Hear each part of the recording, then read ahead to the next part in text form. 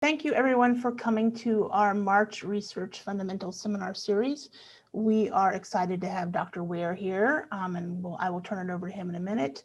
I also wanted to mention our April Research Fundamentals, which will be on April 2nd.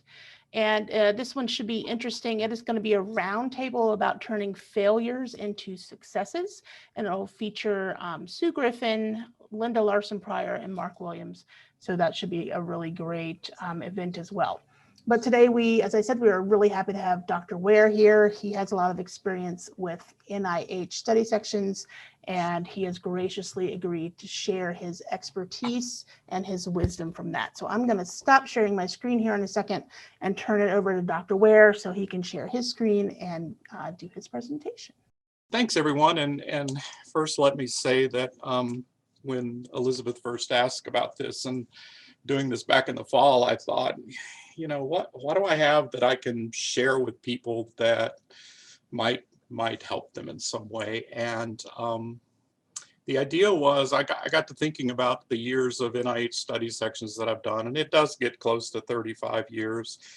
And I've probably averaged 3 to 4 just about every one of those years, plus about 10 years of American Heart Association with the Western States consortiums. I've got one sitting here in front of me now that's for a German science foundation. I've done Canadian Blood Services for the Irish government, for the French government.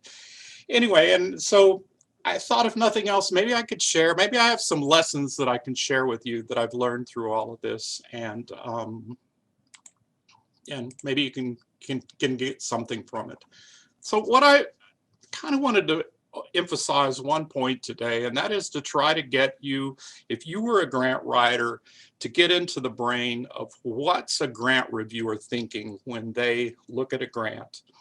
In today's world, especially with NIH, reviewers are actually kind of coached a little bit as they go along and start to review grants because you know, people need guidance. Because if one thing that I've learned throughout the 35 years, it's what's going to be my lesson number one, and that is be prepared for change. So what have I seen in the 35 years? And the first thing that I think of is I go back to my very first study section, and I've already dated myself with a 35 years. So in the 1980s, I get my first invitation to do a study section. It's for a program project. It's at a nice institute, and it's a reverse site visit. So in that mechanism, the study section meets together one evening in a hotel room. The next morning we get on a little bus, we go to the institute. The principal investigators meeting us at the front, opening the door for us, showering us with nice comments. We go into a room, we hear every project leader that's in that program project present their project. We get to ask questions, there's feedback. It was really a very nice experience. It was a great interaction between the reviewers and the applicants. And I felt like it was really a fun, entertaining, insightful kind of review that took place. Well, that was 1980s. That type of review situation rarely happens anymore because things have changed. The grants have changed. I mean, probably more than a dozen years ago, they changed the 25-page R01 to being 12 pages. They changed the way reviewer critiques were to be written.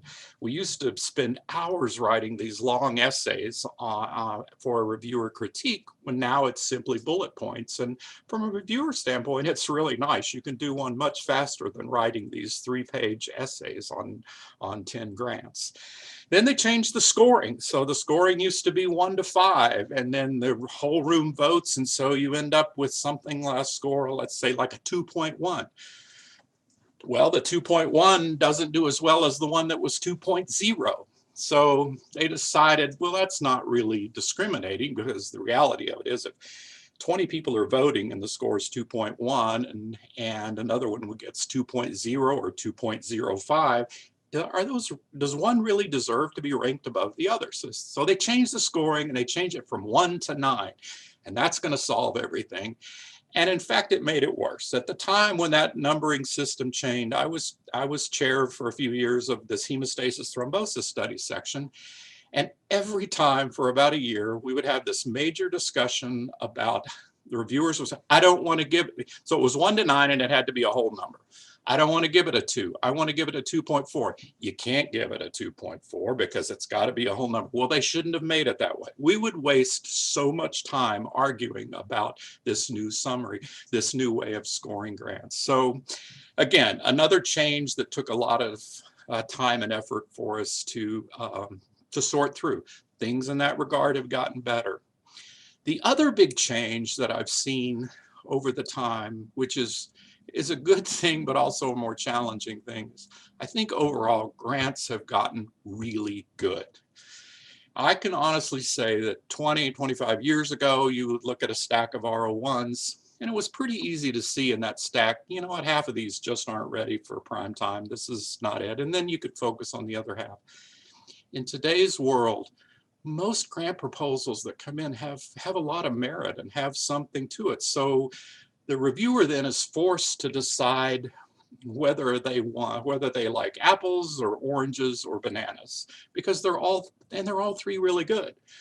My statement on stuff like that is I don't want to pick between apples, oranges, and bananas. I want a fruit salad. I want it all together. But the fact is it doesn't work that way. So if the 35 years has taught me anything, it's be prepared for change, and it goes on constantly. The NIH is constantly changing things without a whole lot of input from our side. So just be ready for that. Okay, so lesson number 2 that I've learned. You've got to know what's important in determining the final impact score of your proposal. So that is the defining thing, is what's the final impact score. So let's kind of delve into that a little bit, because this is what really defines whether you have success or failure with the grant application. So as I mentioned earlier, reviewers are coached to score something between a 1 and a 9. Now a 1 is something that you're sort of coached that you can use it maybe once a year, but it's supposed to be the best grant you've read all year long. And you supposedly have read a lot of grants that year. So 1 is a pretty restrictive number.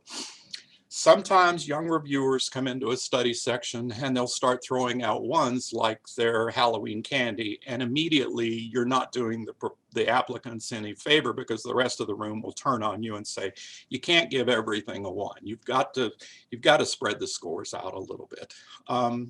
But that is the way it goes. So reviewers know this, and they tend to think to score things, if you want to get into the area where something actually will achieve success, score something in the 2 to 3 range. It's kind of an unwritten rule that in the study section, you don't use the F word, and the F word in this case is funding. You don't discuss funding. You discuss meritorious parts of the proposal, but in the back of everybody's mind is, I really like this grant. I want it to do well. I want it to be funded. What kind of score do I have to give it? Well, reviewers are taught this way. They're given this scale from 1 to 9, and for overall impact, you're assuming that you're going to, if you score something between 1 and 3, it's of high impact, 4 to a 6, a medium impact, 7 to 9 is not happening. And the way you derive that overall impact number is to pay attention to the 5 criteria that you're supposed to score independently: the significance, the investigator, innovation, approach, and environment. So you've got 5 different criteria, and it's how you want to judge each of those to derive your overall impact. Now, what's on this that they're coached that's kind of scary is, look at this last line. 5 is a good medium impact application, and the entire scale should always be considered. Now, if you score a grant of 5, and in the impact score, when it actually gets presented to you, it's multiplied times 10, so it's a score of 50. I don't know of a single person who got a score of a 50 on a grant application that then wants to say, But they said it was a really good application, just medium impact. Most of the time, if you get the 50, you're like, oh my God, they hated it. They thought it was the worst grant in the world. Well, in fact, by their own scoring system, it's not the worst grant in the world. It's a good grant. The problem is there's a lot of good grants now. So we have to figure out how to get it from being a good grant to an excellent or outstanding grant, to get it down in this range, the 1 to 2 range. Another thing that reviewers are coached by, so now they say, assume that your grant, a good R01 is a 5, and then move from there as you read it. Go up or go down based on what you see. And they really hammer you this now as a reviewer for the last few years, because going back to the first situation that I told you, there was tremendous score compression when they changed the numbering scale. Reviewers, they got stuck in this 2 to 4 range, and you would end up in a given study section with 5 grants, and for all those 5 grants, the scoring range was a 2 to a 2. So you got 5 grants with a 2, and that's what the study section decides. Then it's left on the program officer in the institute to figure out, okay, well, but which, if we can only pick 2 of the 4, which 2 do we pick? So they've really hammered you now with this idea of starting with a 5 and going from there. You know, if there's really major issues in the grant, you can look at the 7 to 9 range, but even the 4 to 6 doesn't get you in the promised land. So that's how reviewers are coached to score. Now, for those of you that are maybe just starting this, you know that everybody in the study section reviews and scores. You don't have to read it, but you listen to all of the discussion and then you make your own final decision. Many times there's not consensus among the reviewers. You may have 2 reviewers that have scored it very well, one that's not so well, but the rest of the room can then, if they agree more with the 2 that have scored it well, can actually bring the score into a good range. So, you know, you get these a couple days now without the study, after the study section meets. It's all online. It goes very fast. In the old days, we used to wait for it to show up in the mail, and sometimes it would take a few weeks. And by that time, you weren't exactly sure maybe when the study section even met. Now, you know, when it meets by looking online, you know who's on the study section, you know all the information. And then literally within about 6 to 8 weeks is what they'll usually tell you, you'll get your summary statement. Okay, so that's how they're scored, but what's really important in driving those scores?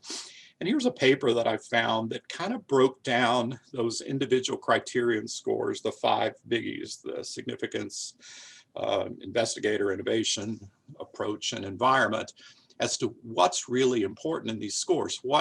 Which of those criteria scores is really driving success for an application? And I stole this figure from that paper because it highlights what really comes down to being one of the major score driving things in an application. And if here's your overall impact score, in this case, the average being in the 35 range, look at how this criterion area over here really becomes the dominant one. It's the one that pulls it up, and that's the approach. And in fact, these authors conclude in this paper that with respect to looking at, you know, it's like 100,000 applications or something and reviews, the biggest driving force in the overall impact score was the score that was given to the approach section. Second was kind of significance. And just to drive this home, here's a paragraph from their conclusion. And I highlight here that the approach, and to the lesser extent, the significance score, are the most important predictors of an R01 application's overall impact score. In general, reviewers are pretty kind to investigators. Unless there's not much of a publication record, then they can get negative. Environment is, as long as the environment's in place to do the research, I think most reviewers tend to be pretty kind on the environment. And that really brings us down to really focusing on approach and significance. And the significance is one that I really urge people. You're trying to get that particular criteria score to be in the 1 to 3 range. If you can't get significance for a reviewer in the 1 to 3 range, you've really got to think about what you're writing, because you want to be working on something that's biomedically relevant, biomedically important, and going to push a field forward. And if you can't get that down on a half a page of paper, then you're wasting your time with the rest of the grant. You've got to be doing something that you can convince others are important, because as I said, all of the grants that are coming in are nice grants, good grants. And so you've got to first find that hook to say, okay, this is really an important problem. So I've got high significance here. I need significance to be a 1 or a 2, no doubt about it. And then we can go to approach and see what's into the approach. But even though it says lesser extent, I think you start with that small part and get you a good score there, and then you can really focus on the approach that you're going to take to this. Okay, what about the approach section? You really need it to be logical flow, and it needs to be designed to complete each specific aim. You need preliminary studies for every one of those specific aims that you put in there. Reviewers are going to be looking for this. And it needs to be well organized. And there's lots of approaches to how to organize the approach section. I'm going to share with you one, and I know for a fact that our science writers here don't like this approach, but it's the one I've always used. I would also contend to tell you, when it comes time to write these things, there is no absolute way that you should do it. I've seen lots of approaches or ways of writing these things be successful. I'm simply going to share with you the way that I've done it to try to help the reviewer stay organized. And that is, when we come down to the experimental approach, I will put the aim again to remind them. I'll put a little bit of a rationale and the experimental design. The ones will be related, C1 will be related to the specific aim, and C2 will be related to specific aim 2. Why do I like this strategy? I like this strategy in way of numbering because I rarely find the time to sit down and read the grant from beginning to end all at one time. I get interrupted. So whenever I come back to the proposal and I say, okay, I'm on C2, okay, so I'm doing something related. I'm reading about specific aim 2 right now. It helps me come back and know where I am in reading my application as a reviewer. So you're doing things to make it easy for the reviewer. And I'm going to harp on that quite a bit as we go on through this. Here's an example of one that I did here a while back, and it was simply, I put this introductory overview. So if you read the specific aim page this morning and you had to run out and do something and now you're back to the grant again, I'm going to remind you in one paragraph here what I'm proposing to do in this proposal, and I've even got a figure to go along with it. So if you just want to look at the figure, you don't even have to read the paragraph. If you know this field well, you'll be able to understand what I'm trying to do. And again, emphasizing the idea, I'm trying to make it easy for the reviewer. Critical components of an approach section. I believe you need to provide the reviewer with preliminary studies that can justify the rationale for every particular aim. I think ideally you'd like to have a figure of preliminary data for each specific aim. Figures are important. It is for me, but I think in general for a lot of people in this field, we like figures a lot more than we read text, and I don't like seeing a grant that has 12 pages of nothing but text. I really like to see figures. I like to see color figures. I like to see things that I look at that figure, I can print it in my brain.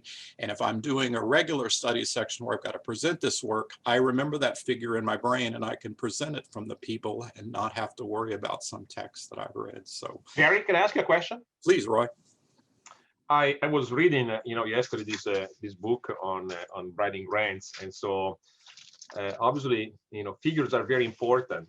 And there was a comment on the booklet saying that color figures are fine, but careful on the colors, because you want to also try to somehow indicate in your legend how the color would translate in a black and white. Many reviewers still print out grants and they print out black and white. And if you have a figure that have weird color, they won't translate, they won't make them happy. So this is the first time that I read that, but I think it could be important. It could be. I think that's a good point, Roy. I love to print I'm old school. I hate to tell it for the environment, but I love to print out my proposals. So but I also have a pretty nice color printer that we have access to, as you know, so it's not an issue. Sometimes when I'm looking at grants and I don't like, or I'm confused by the color, I will for sure look it up on I'll open it back up on the computer and make sure that the colors are right. His point is valid. You know, as I said, you can ask 10 different people suggestions on this and probably get 10 different ways to do it.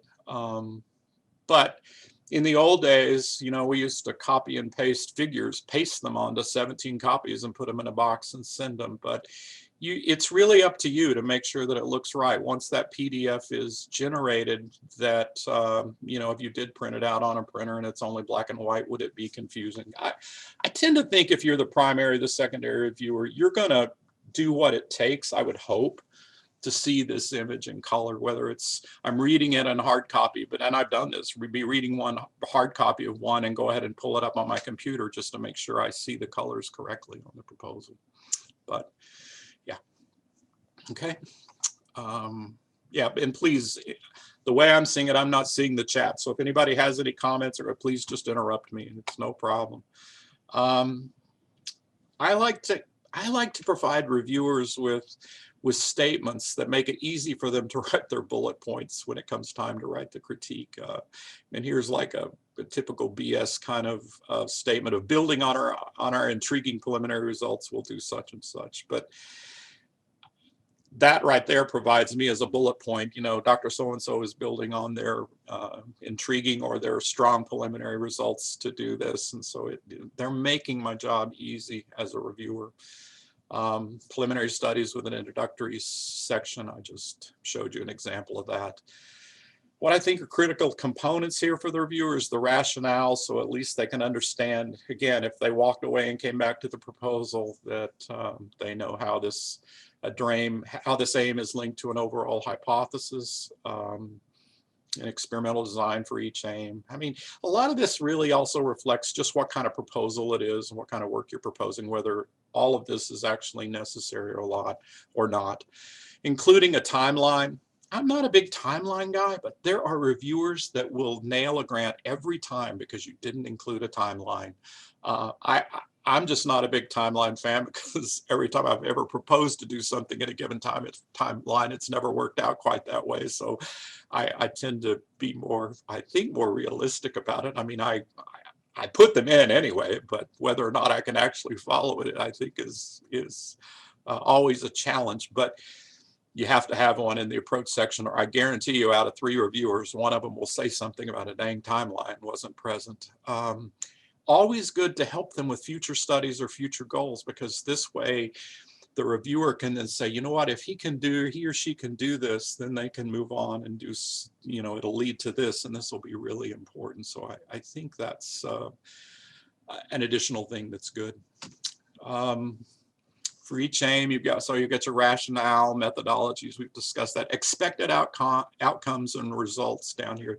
This is extremely important. Along with statistical analysis. This has become like a real hot topic in study sections.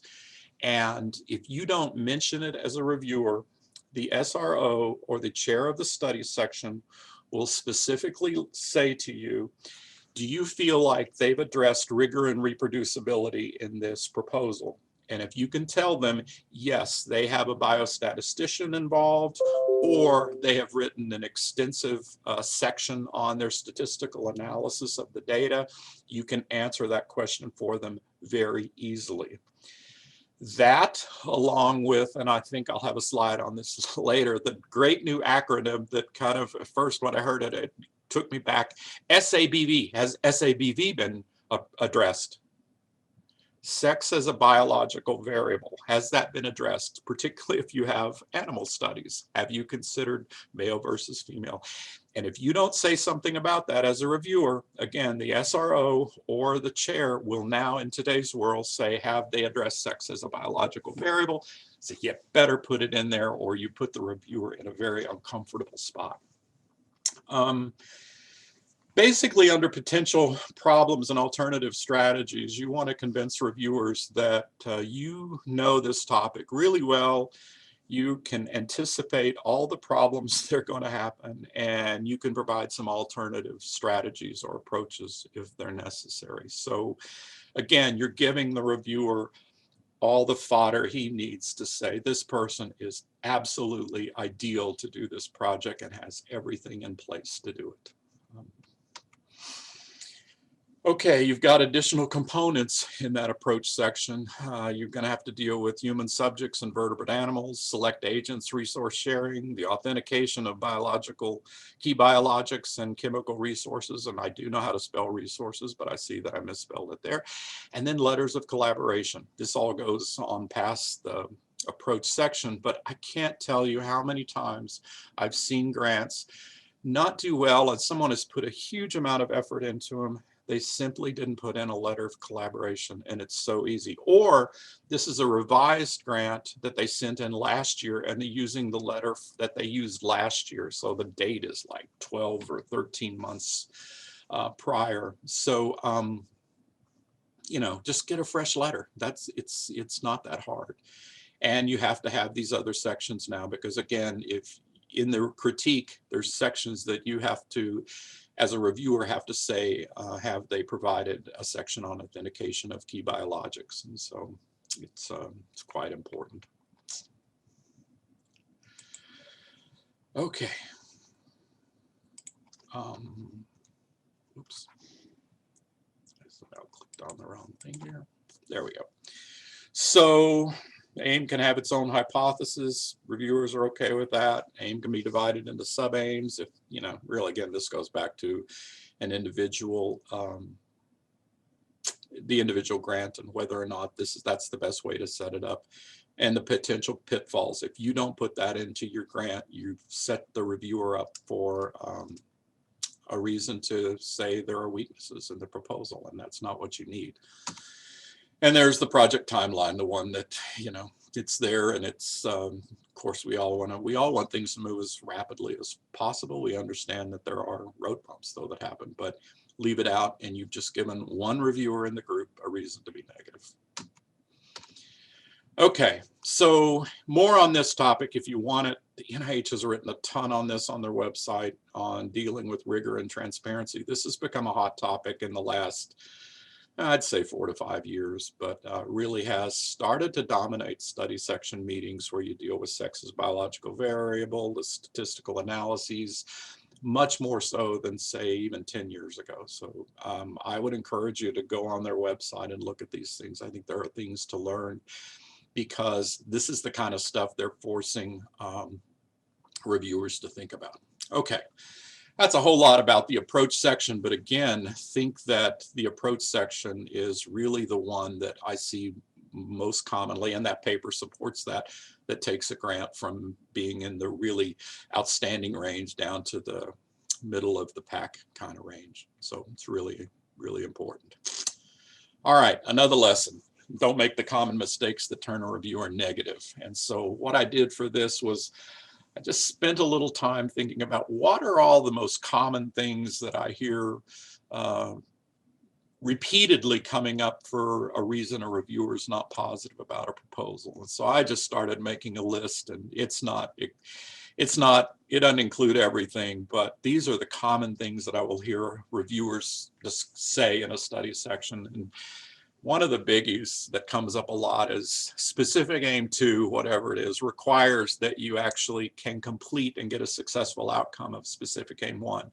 That is, the two aims are interrelated some way, that if I can't do aim 1, then I can't do aim 2. So what's the point of funding something for several years to do all these aims if he can't complete aim, he or she can't complete aim 1? No discussion or mention of sex as a biological variable, as I just mentioned. Not enough detail on approaches, especially untested ones. And this is where, you know, so one here I'm saying not enough detail, then the next reviewer comes, well, there's too much unnecessarily experimental detail. And here's something that I think I've gleaned over the years for this. There's the one here where there's not enough details tends to be on people that maybe haven't had their first grant. So I think for younger folk that are applying for the grant, that's actually more important than The older guys, if you're like, okay, I don't need to know that your tris buffer's pH 8.0, that's fine. I pretty much know that you're going to know how to do this experiment. You've done it before, or you certainly have proven to us that you know how to execute these things. Another common problem is not directly testing a hypothesis. I hear this a lot, or there's no hypothesis on the Ames page. That's not unusual to hear too. Lack of appropriate controls, experiments not directed towards any mechanistic approach to a problem, at least in the study sections that I usually participate in. The word mechanism is a big issue. They're always saying, well, this is not very mechanistic. So the more times you can throw out the word, this is going to define the mechanism of A going to B, the better off you've made it for a particular reviewer. No discussion of potential pitfalls, no statistics, no timeline. You forgot the letter, we've talked about that. Personal statements in the biosketch are not tailored to the proposal. So this is also a really biggie that people get in a hurry. They focus so much on the approach that they don't spend time on the personal statement of the grant. And when they first made this change, I kind of laughed at it. I thought, this is kind of silly, this personal statement thing. I've actually grown to really like the personal statement because it's the one place on the proposal where you can write something that tells that reviewer how you ended up putting this proposal together, what your history has been, that it's allowed you to be the person, the right place, and the right time to do this proposal. And if there are any like gaps in your career or something, let's say you went and took care of kids or something for a few years, or it's your chance to really lay your soul out to a reviewer and say, okay, here I am right now, and this is the best I got, and this is why I'm here, and this is why I want to do this. So it's a great place. So as I said, I first didn't care for personal statements and biosketches. I've since come to really appreciate that they can be really important for helping me be the advocate to say why I think this person is really good for this particular proposal. All right, lesson 4. What we're really trying to do is we want the reviewer to be your champion. So how do we do that? And to do that, I just want to put this in a little, so you want this person to be your advocate, right? Well, so here's a picture I stole off of something off the internet of this typical old school study section pre-COVID. Now everything's Zoom. But the reason I wanted to show this picture is look at this guy right here. He does exactly like what I do. He prints them all out, and he's carried his 9 grants. Now, within that stack is your proposal, and you want this person to be your advocate or your champion compared to all of the rest of them in that stack. Think about where he might just have come from. What if this is an 8 a.m. study section in Washington, D.C., and this guy works at UCSF?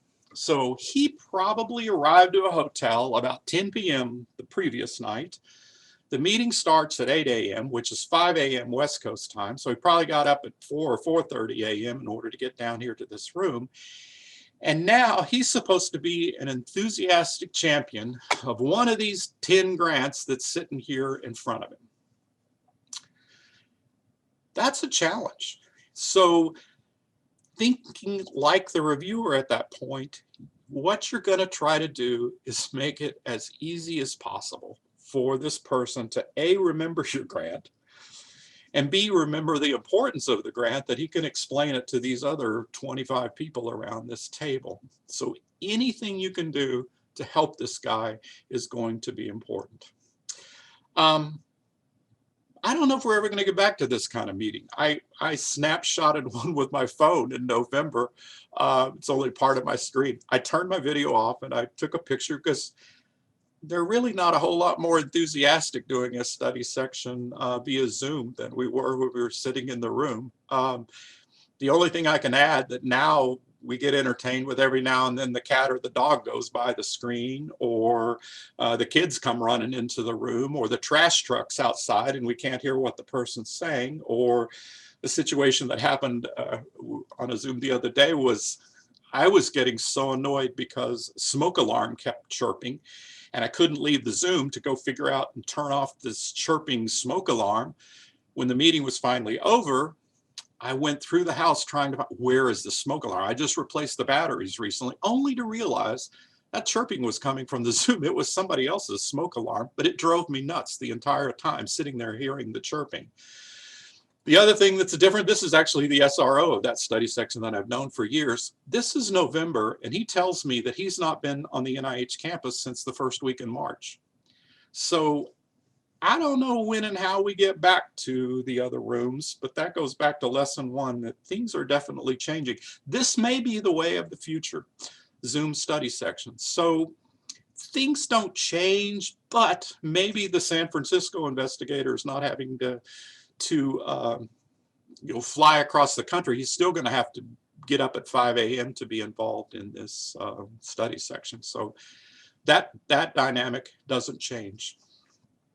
All right, so we get him to be your champion by thinking like a reviewer. Again, the significance, the way they're coached on this is the significance assumes success. So assuming that your aims are successful, does the project address a problem or critical barrier in the progress of the field? This is what the reviewer is handed. So you need to write something in the significance that's easy for the reviewer to put down in bullet points what you're doing and why this is addressing an important problem or critical barrier in the field. And then overall impact, if you can be strong with the significance and the approach, as we've discussed, you can get down in this high range, and then you potentially have a meritorious proposal. Again, how are we going to do this for the reviewer? I like to think of it this way. We're going to spoon feed this reviewer. We're going to understand what reviewers are coached to look for, and I'm sharing some of that with you now, and give them the written words to use. We're going to make it that easy for them. Because go back to just the Zoom meeting for a minute. You're sitting, even if you're at home or not at work doing the Zoom, and you're looking out the window and you realize, I could be out there pulling weeds, or I could be mowing the yard, or I could be walking the dog, or my God, this room really needs to be repainted. We all have other lives. And so you're probably reviewing this grant in the beginning in your extra hours. It's not that like we get to define this week I'm going to do this. No, you've still got all your other job duties that you've got to do, but you got to read these 10 grants as well.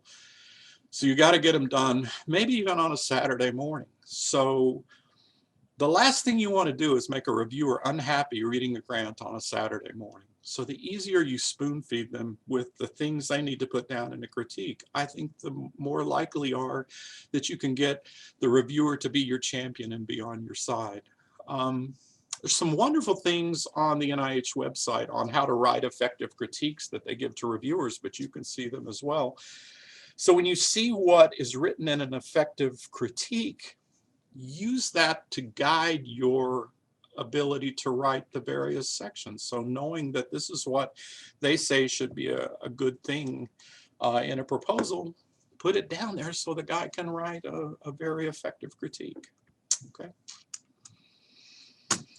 Another lesson, learn from the summary statement. So we're going to assume here that things didn't go quite as well as you had hoped in the beginning, and you're going to have to do a revised proposal. And that's not unusual and not a bad thing. With that, you get to provide the reviewer the one-page introduction. And so I view these sometimes as almost like now I'm a lawyer, and they've given me a critique of my proposal, and I get to defend that on one page from prosecution, which is the reviewers. So I take it almost like it's a legal argument, a closing statement by the person that's trying to put me in prison, and I'm going to tell them why I shouldn't be in prison. So you've got your one page there to really defend what they've said and how you're going to counter it. You're going to address as many negatives from that on that one-page introduction as you can. If I get the summary statement, I will typically take a green highlighter and a yellow highlighter, and I'll highlight all the negative comments, all the positive comments. I even sometimes then kind of do a tally on them. Okay, do I got more positive than negative, or do they even out? But specifically in that introduction page, I'm going to address as well as I can, those negative comments about the proposal. And the last thing there is, if you want to go from a non-winning proposal to an even worse score, don't address a reviewer's comments. And there was one that was really quite striking for me a few years ago, and of course I can't say the name, but a member of the National Academy of Science in his 70s, who's had a phenomenal career. He wrote a grant that was a non-modular budget, probably at like 450,000 direct costs. Each specific game was probably its own R01. The reviewers were very critical of that, said that, told him the budget was too high. 9 months later, the proposal comes back in, telling the reviewers that they really didn't understand what it took to run his lab, that he knew what it took to run his lab, and he increased the budget. Well, it did even worse the second time. So it doesn't matter who you are or where you are, you really need to pay attention to reviewers' comments, because the thing you can do is really aggravate them if you don't at least try to make some consolation and some acceptance of what they've written in their critiques, and try to do the best you can. Okay, now a final couple lessons here. Study sections always identify the most meritorious proposals. That's what NIH would love you to believe. I say the reviewers also planned the vacation on oceanfront property in Arizona, if you believe the first statement. And in fact, a lot of this, here's a paper that came out a couple years ago, in 2018, in PNAS, low agreement among reviewers evaluating the same NIH grant applications. It's a reality. We don't like to face it. If you had asked me prior to seeing this paper, I actually wouldn't have accepted what's implied there in the title, because my experience has always been that for 8 out of 10 applications among the 3 reviewers, there's typically pretty good consensus. Now, they may differ between a 3 and a 4, or 4 and a 5, or even 3-5. They don't usually disagree on anything other than their own internal standard for what they give a 4 and what they give a 3. When you get right down to it, from the science that's in that proposal, those reviewers are pretty much on the same page. But this paper argues differently, and they did a very extensive study on it. And I took this, I think, from the conclusion. They found no agreement among reviewers in evaluating the same application. So this is the system we're dealing with. These findings highlight the subjectivity in reviewers' evaluations of grant applications, underscore the difficulties in comparing and evaluating different applications from different reviewers, which is how peer review actually unfolds. So that's a really negative thing to end on, but it's the reality, so I feel like I need to share that with you. But I can also tell you that more times than not, I see pretty good consensus among reviewers, so which is kind of different from what the PNAS paper says. But nevertheless, this was a really well done study. I'm not going to trash it at all. But if you had asked me before seeing this paper, I would have said, in general, I think they do a pretty good job. Now, what's more difficult is how you pick out the apples from the oranges from the bananas. They all agree they're good fruits, but now which one do you go slightly better than the other? That's where the real dilemma comes in, I think, and that's the frustrating part for a reviewer as well as the poor people that have written the application. Okay, I'm going to finish with one final lesson, and if you think of nothing else, this is the one thing from all these years that I think I've learned, and that is persistence. So you try, you win, you try, you fail, you try again. That's all you can do. You learn as much about the system as you can. You put your best foot forward. If it doesn't work, you go with the summary statement. You do the best you can from that. You stay persistent, and you will be successful at some point. So that's my final slide. way I set this up, I may not have missed chats and things, but I'm happy to hear others' comments or questions. Gary, I'd like to make a comment. Sure. That was a marvelous presentation, really well done, and strongly echoed my own experience over perhaps even more years. I'm wondering why you're here, Dr. Mock. Come on, yeah, you I also saw Dr. Owens on here. You both could have more experience than I do, and we all have a lot. So yeah. So I'm just saying to everybody else that's listening, I would double down on Dr. Ware's admonitions and observations. Thank you, Dr. Mock. I have a question, Jerry. Hey, Roy. So sometimes, yeah, I guess it's also a matter always in life, I guess, of a little bit of luck in terms of being able to assign to a primary and a secondary reviewers that, you know, take the time to read your grant well and take the time to understand it. And they also are not shy in making a good case for your grant to the study section. And, you know, I have vastly less experience than you have, but it happened to me once that I was just a third reviewer on a small R03, and I felt that the first two reviewers did a really poor job in presenting this grant. And so I stood up and I did, you know, my own speech about that. But that really spoke to me, to the sense that, you know, if the first or second reviewer are not really, I don't know, into your grant, or maybe they don't fully understand it or something, you know, you get a poor representation of your science, and just a couple of comments in the study section will just kill it. Roy, you're absolutely right. There is a total luck of draw. I can tell you that in all the years, in the one when I was chairing the study section, I knew any grant that went to this one person was dead on arrival. You know, it didn't matter. He hated everything. Every now and then he would come up with one he liked, but there was usually something. So you're absolutely right. There's nothing we can do about it other than just hanging in there and going again. There is absolutely a bit of a luck of a draw. You put 20 people in a room around a table, there will always be dominant personalities, right? And there will be personalities that aren't as dominant. And if you, by chance, your proposal's with one of the ones that's not a dominant personality, it may not come through. It's an inherent problem in the process. And since you've been a chair of the study section, do you confirm that the assignment of the grants is made by the program official, sometimes in concert with the chair? Typically not. In my case, the SRO made the assignments. Sometimes he would consult me about them, but it was not very common. Okay, thank you. I have a question about, so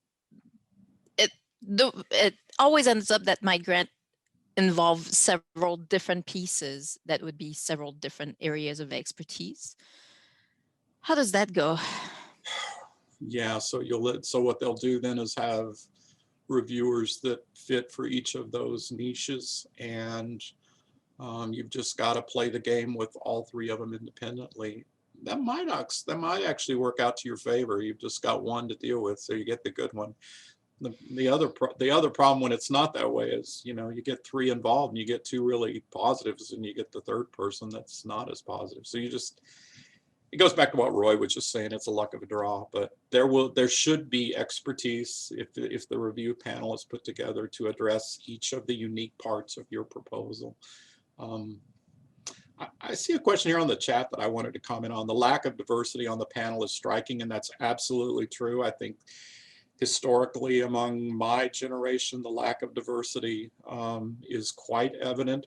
I would encourage all of you that are younger to investigate the NIH has a thing now called the Early Career Reviewer Program.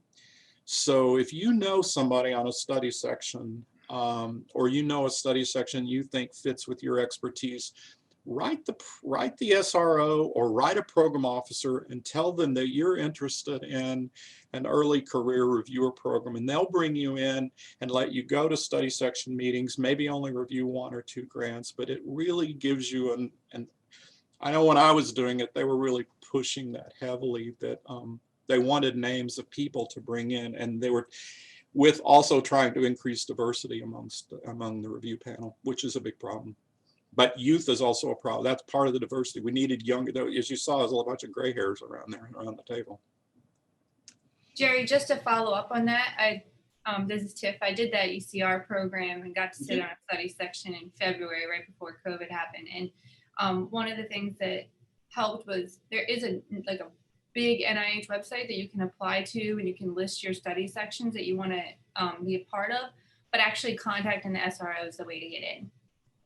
Okay, that's great. And to do it 8 weeks before the study section meets when they're looking for reviewers, so they don't have to go into their database and like type in a word and try to find people that are in the big, I guess, like pool of ECR candidates, and you just like pop up in their email, and then they said that you're more likely potentially to get in as long as you are somewhat credible, I guess. Tiff, the other thing that I've noticed from those is that then typically maybe at the next cycle, 3 or 2 cycles, that we see a proposal from that person, and it typically does really well because, oh, you remember Dr. Wyckoff? Oh, she was here. She was really good. Oh, this outstanding investigator. You know, it because they know you now, and they see how you think and how you work. It's really a big thing. It's a good thing to do. I encourage it.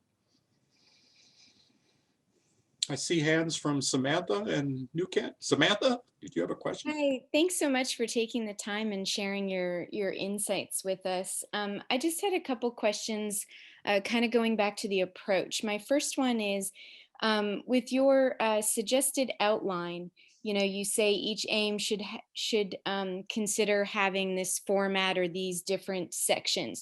So rationale, experimental strategy, methods and analyses, and so on. Could you speak a little bit more about what you see as the difference between experimental strategy and methods and analyses? Because I think that's something that I know I and maybe other early career investigators really struggle with, is that line that you spoke of about how detailed, too much detail, not enough detail. And then along with that, my second question pertains to preliminary data, which is another struggle. What to put in, how to walk that line of showing feasibility, but not that you've completed the aim, so that you get that comment of, well, you've already done it, so what is there left to do? Or the reverse, you haven't done enough, so we're just not confident that you're headed down the right path. Samantha, I'm afraid the answer is there is no absolute, in my mind, way to do this, and you'll ask 10 people and you'll get 10 different answers. So with respect to methods versus approach and how much of either, for someone like you, I would just be looking for it written in a way that I believe Dr. Kendrick is capable and fully intellectually ready to do this work. And I love to put that in my section on the investigator. And even sometimes I'll put it the first thing on a bullet point in the approach. I'll say Dr. Kendrick's laboratory is set up to perform these studies. She's provided preliminary results so she can do all of this. There isn't an absolute way. I think the best advice I could think of for now would be, you share it with colleagues and get their advice. NIAID has some wonderful proposals posted, kind of de-identified, that they consider really well written. There's some R01s on there and some R21s. That's a great resource to pull those out and look at them and see what those look like. What was your second question? I forgot. Preliminary data. Yeah, the preliminary trying data. to decide what you need, and yeah. I think as much as you can put in there as you can. And if you were a first-time person, trying to get your first R01, there could never be too much preliminary data, would be the way I would look at it. I would, and yes, there is that old thing that, well, she's already done it. Why should we fund her now? I'm for a assistant professor trying to get their first R01, I would not want to make that. I wouldn't want to make that argument. And if one of the fellow reviewers said that, I would probably call him out a little bit on it. I'm saying, you know, come on, man, it's a new investigator. This is, you know, I like to use in the study section something that maybe I shouldn't share. I said, you know, we have a really bad habit here of eating our young. So let's be really careful here that we're not eating our young. Dr. Kendrick is fully ready for this R01 and we need to be supportive of it, and don't do that to her. That's Thank what I you. will sometimes say. Thank you. I need you to be my next reviewer now. But along with that, I have heard that the NIH is coming down with a new initiative and formally reminding study sections to not be so hard on early career investigators. So maybe going forward, we'll start to see a shift. It's such a big problem. And I can tell you, I've used that eating our young line more than once because it really annoys me, because I want to see the young people survive. And I've seen too many times when people in their 70s are trashing people. And I'm sorry if I'm Dr. Mock or Dr. Owens myself, if we're getting too mean on them. But no, come on, you need to back off a little bit. And yeah, but it still happens. That's the reality of it. Nuket, did you have a? Yes.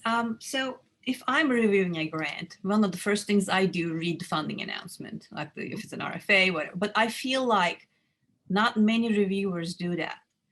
So sometimes there are grants that goes in there and it does not even actually address the announcement, what's in there, or it's not really responding to the RFA. And in one time, like the very simple example, there was an RFA that we applied for an SBIR grant, and it was specifically looking for mitigators for radiological emergencies. And we got really bad scores, especially from the one reviewer. And every single time he put that, what are the chances that's going to be a radiological emergency? I mean, the whole grant was this is about. And now if your grant somehow gets to be discussed, I think it can be addressed and comes out as a story. But if it is not, if it's in the undiscussed group, then it just disappears. And Just where do you got go with lost. that? Yeah, it just got lost, and you can't get around that. And yeah, I guess I would, at that point, you call up the program officer and say, look, I got this criticism. You have this FOA looking for ways to mitigate radiation damage, and yet I'm getting this criticism that what's the chance of that? Well, actually, NIH, the government thinks there is a chance of that. They've funded a lot of these things. So at least I'm planting a seed to that program officer. If I send this grant back in, I don't think this person should be a reviewer or of my grant. And I would also say if that's the focus of the FOA, she's not appropriate for this review group. Probably might not do any good, but that's really your only option you have. Sorry.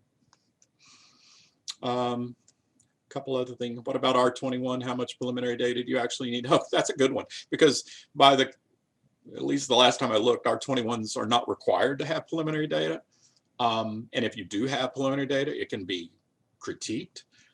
Rarely does an R21 get funded without preliminary data. I'll just say it. So having preliminary data for an R21, even though it says you don't need it, preliminary data would help a lot.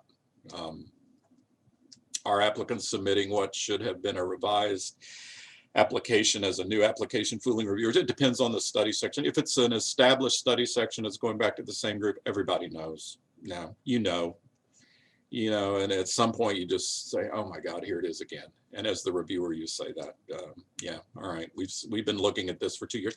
And that doesn't mean it can be successful. There's one locally here that I know of recently that's now probably on its 4th time of submission. It's gone through and then it has been successful. So yeah, the only one you're fooling would be an ad hoc that's missed all the other cycles. Everybody else remembers. I'm pretty confident they remember. One perhaps addendum to what has already been discussed, as per Dr. Ware's last slide, don't let them wear you down.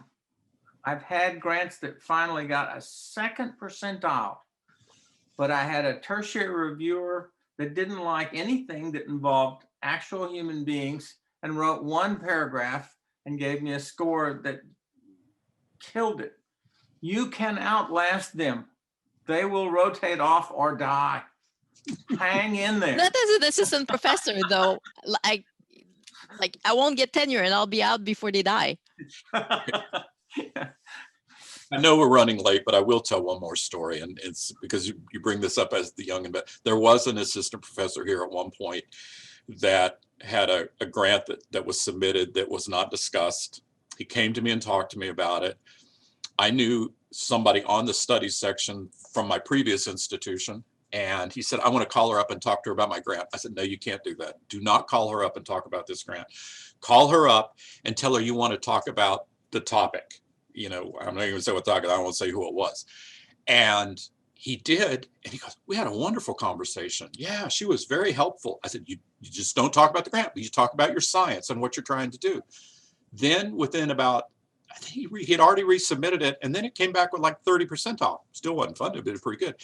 Then he had the same person come here and give a seminar, and the third time in, it was 7% off. So it was all about being persistent, and just as Dr. Mock said, hanging in there and going with it. So it can happen. Okay. The reviewers are human beings. You absolutely have to know who's on your study section and what they have published. Include comments, and when you comment, this wonderful groundbreaking research, never say it was terrible and they're wrong. Even if it's terrible and they're wrong, find a way to say it was good and that you're amplifying additional research in that direction. Absolutely. We're all human, and we yeah, that's really good advice. Well, thank you so much, Dr. Ware. Okay. It was a really great presentation. Thank you everyone for coming, and have a great weekend.